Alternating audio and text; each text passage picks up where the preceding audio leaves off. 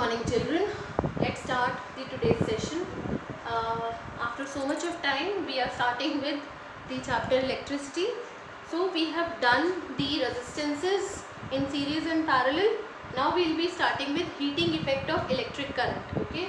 So we will be starting with heating effect of electric current. Now, as we know that whenever the current flows through a wire, have you checked the wire? It is always hot. Whenever the current flows through a wire, electrons travel, the wire becomes hot. Why is it so? That means some heating has been done in the wire, okay? And that heating is done due to the flow of electrons in the wire, okay? Now let us read the thing from the book. We know that a battery or a cell is a source of electrical energy.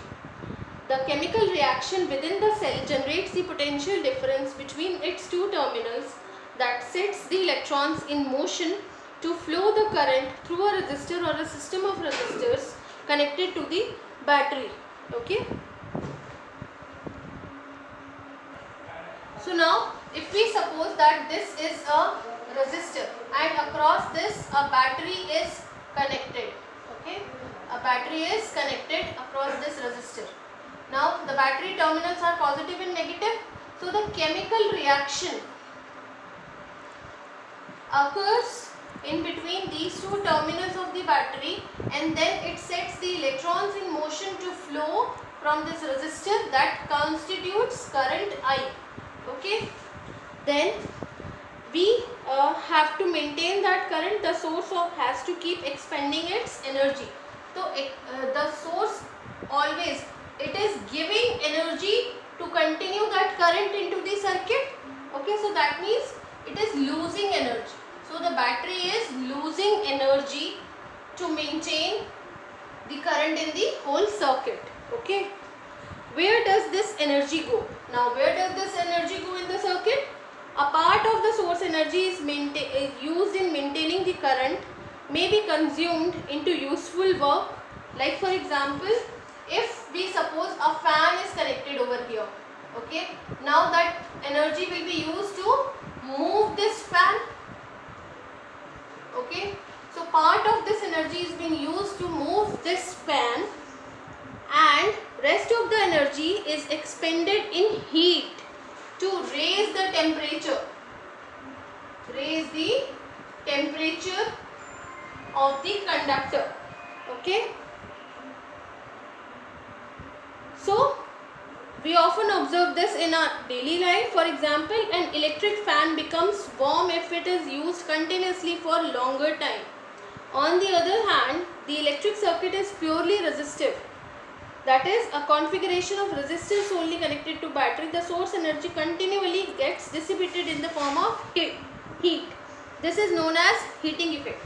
Now, a circuit which is only having a resistor and a battery, okay, then in this case the whole energy is being used to maintain the current I, okay, and to raise the temperature of this resistor. Fine. So this is called as heating effect of electric current. Okay. So this is purely resistive circuit. Purely resistive circuit. It is not having any other conductor other than this resistor. So whole the energy is used as the is dissipated as heat. Energy dissipated as heat. Okay,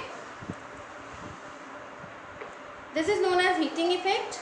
The effect is utilized in devices such as electric heater, electric iron, etc.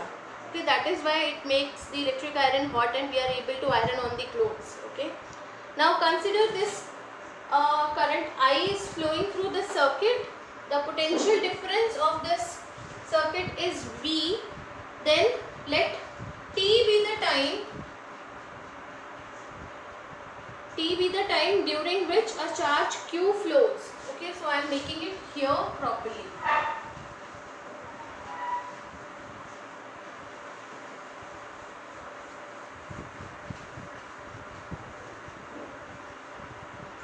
in this purely resistive circuit.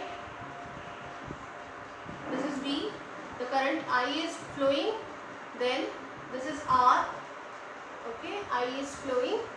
Now T is the time through which I is due to the flow of charges, we know that. So T is the time during which the Q charge flows through the circuit, okay. Then the work done in moving this charge, if I say the charge is at here, so the work done in moving this charge from this place to this point is through a potential difference VQ. So we can write work done is V into Q, okay. Therefore the source must supply this much of energy equal to VQ in time T. Therefore power is equals to V into this current, that is Q by T. Now power of the circuit is written as V into charge by time. This is current. So we can write P is equals to VI. So power of the circuit is given as V into I. Okay. Or the energy supplied, or we can see this heat which is dissipated. Heat is also a kind of energy. So therefore we can write heat is the amount of power dissipated in T time. So it is the energy dissipated in T time. So T is multiplied by Vi to get heat produced in time T. Okay. Now applying Ohm's law. What is Ohm's law? V equals to IR. Put the value of V as IR. So H becomes IR into IT. That is I square RT. So heat is given as I square RT. This is known as Joule's law of heating. Okay. So this comes in your exam. On the basis of this, you can get your example questions. Now heat produced in the circuit is directly proportional to the square of the current flowing through the circuit. Heat is directly proportional to the resistance of the circuit. Heat is directly proportional to the time through which the current flows. Okay. Now we will be doing questions based on this concept.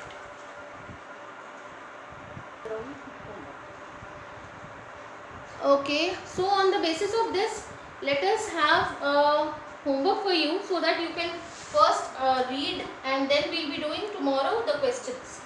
So homework is read topic 12.7 of chapter 12, page number 216, 217. Okay, this is your homework first. Then second homework is try to solve examples of page 217. That's all for today, and thank you very much.